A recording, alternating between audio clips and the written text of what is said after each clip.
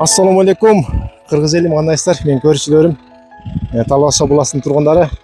Мына туугандар, карасаңыздар, Талас областындагы Манас районунда картошка бушап турду бул жактачы. Эң биринчилерден болуп Манас районунда бушап атат да, Талас областы боюнчачы. Бул Манас районунун Манас айылында да. Анан ушул дыйкан жигиттин үйүнө келип, атын ким эле?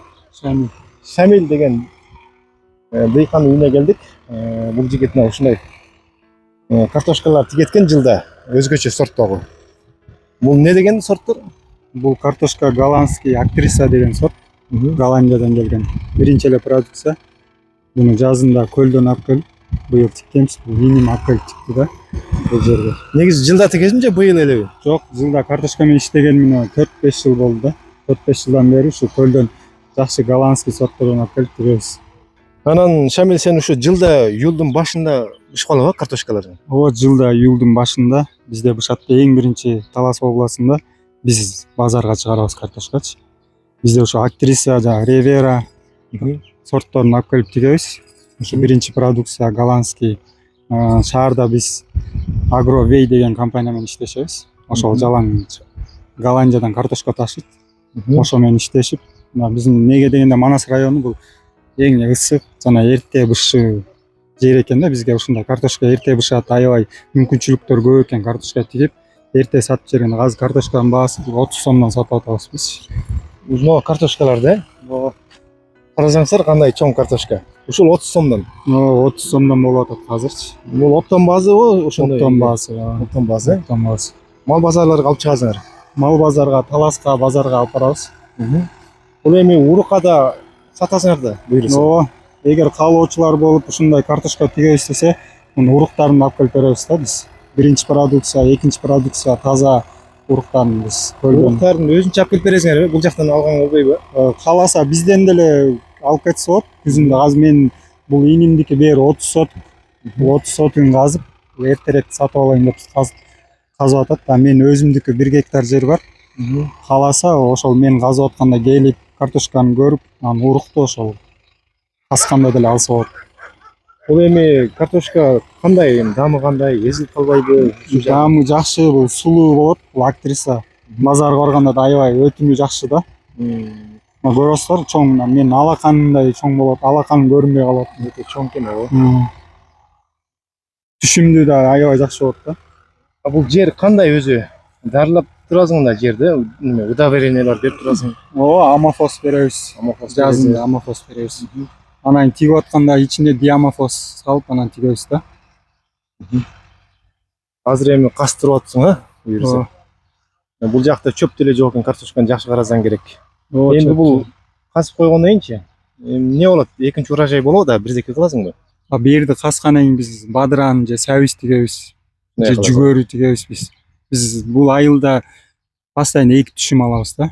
Картошканы каскандан кийин бадыран же сабиз же жүгөрү. Силердин эле үй бүлөңөр, Менин үй бүлөм.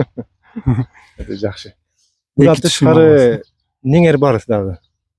Ал каякта? Биз эми будан тышкары дарбыз, помидор менен иштейбиз. Аларды уже бышып атырышыбы? Помидорну 3-4 күндө помидор бышат. 30 соток помидор бар, анда Кудай буйруса базарга чыгарабыз. Мынакей биздин огороддо неме помидорлор али гүлдөй элек. Бул жакта бышып атыр, базарга чыгарат экен буйруса. Эми ал жерде да? Ооба, ал тиякта бир 4-5 там нары. 4-5 там нары экен. Анан бул иним бүгүн казып аттым дегенде эле келип мына картошканы көрсөтүп, кичине кийин да кандай суроолор, кандай картошка деп жүрбөсүн деп, мына үстүнөн көрсөтүп коеюн деп аттым. Мына ушундай болот депчи.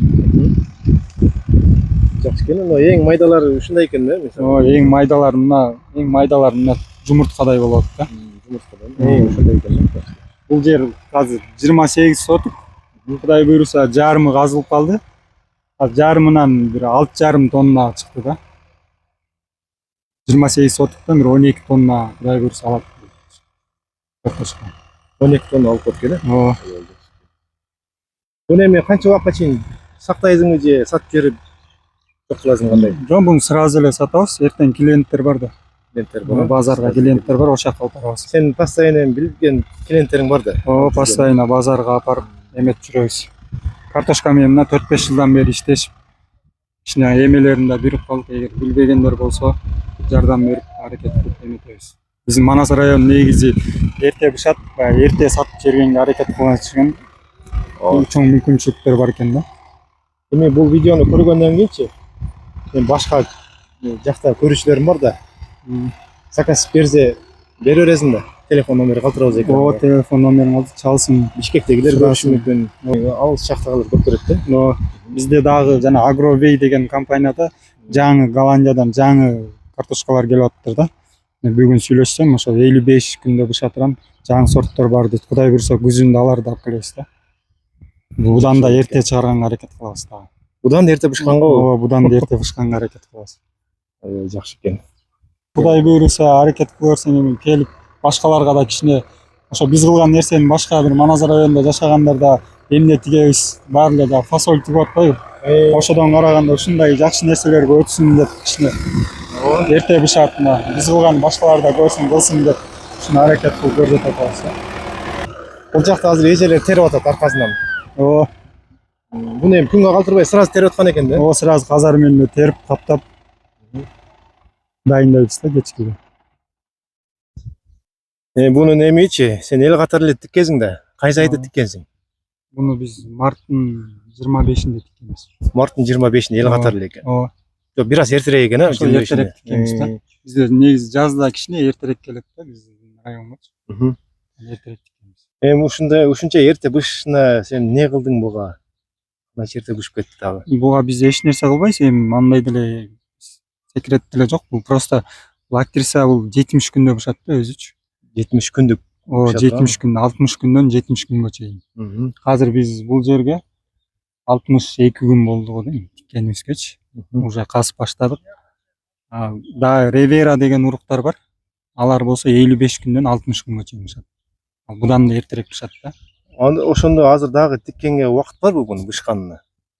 Мунун ордуна кайрабы? Ушундай тиксеңчи. Ооба, убакыт бар. Кайра тиксең 2 ай болуп калат экен да ошондо. Ошондо август, сентябрдын аягында күз кандай келип калат, ошого байланыштуу болуп калат. Эгер күз эртерээк келип калса, андай кичине жетишпей калат. Бир ошентип көрүш керек экен, Ооба. кичине жерге көрүш керек экен да. Ооба, анда тип көрүш керек. Ооба. Тип көргөн эмес, бирок көрсө болот да. Эгерде буга мисалычы 1 га 2 кап сат дегендери болсо кандай болуп калат? Сатпайсың да, тонналап сатасың да. Ооба, биз эми тонналап алып келип беребиз да баягы. 30 сотуктан кичине 10 сотук же 20 сотуктан баштаса деле болот. 1 тонна мисалы 30 сотукка кетсе, ошо 30 сотуктан баштап анан өзү көбөйтүп кичине көрсө болот да. Туугандар, экранда телефон номери турат бул жигиттин. Урук керек десеңиздер, баардык уруктарды алып келип берет бул жигит. Анан бул картошканы алам десеңиздер, ошол тонналап 1-2 каптан сатпайт экен. Только тонна менен экен, Ооба. Тонна менен алам десеңиздер, кайрылыңыздар. Талас областы, Манас району, Манас айылында. Манас айылында. Ошону тамек совхозго кайрылбай түзөтүп кете турган айыл экен. Ооба, Манас айылында. Ишиңе ийгилик анда. Эл кызматына жүрөр. Аллахым ушул берекесин берсин. Айтканыңыз келсин. Буйруса анан кийин дарбыз, помидорлорду өзүнчө ролик кылып чыгарат экенбиз да. Кудай буйруса. Буйруса,